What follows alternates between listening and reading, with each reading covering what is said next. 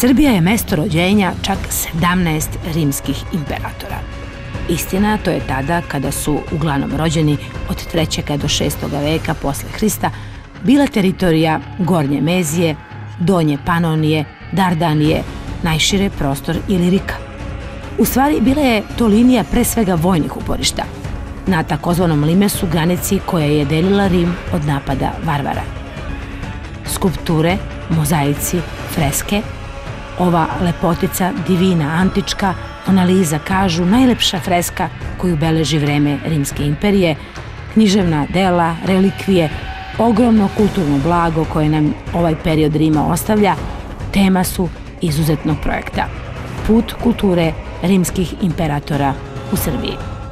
Linija arheoloških nalazišta rimskih gradova i palata gde su rođeni i živeli ovi imperatori kreće od Justinijane Prime, preko Medijane i Naisusa, Felix Romulijane, Viminacijuma, Singidunuma, do bogatog Sirmijuma, jedne od prestolnica Rimske imperije.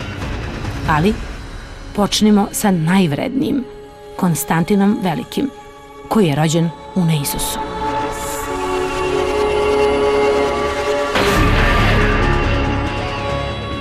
Nalazimo se u Medijani, nadomak Niša, na izuzetnom arheološkom nalazištu. Ispod ovog peska ovde pred nama sakrivene su mnoge tajne. Konstantin se najverovatnije baš ovuda šetao sa svojom majkom Jelenom, koja ga je u suštini privezala i uvela u hrišćanstvo. Konstantin je prvi rimski imperator hrišćanin. Jedne noći pred odlučnu bitku sanjao je ovaj hero znak, pod kojim će pobediti. Tako se i desilo. O tome piše Eusebius, Konstantinov biograf. Hiro u stvari predstavlja prva dva slova u imenu Hrista. Hiro od tada postaje amblem imperatorske vojske. Konstantin obustavlja progon hrišćana, vraća im se imovina, postaju rimski vojnici. 313. godine Milanskim ediktom Konstantin je u stvari uveo versku toleranciju. On je dao mogućnost da i hrišćani slobodno propovedaju svoju veru zajedno sa drugim religijama koje su u stvari postojale u Rimskoj imperiji. Tek posle više od 150 godina imperator Teodosije uvodi hrišćanstvo kao jedinstvenu i jedinu religiju Rimske imperije.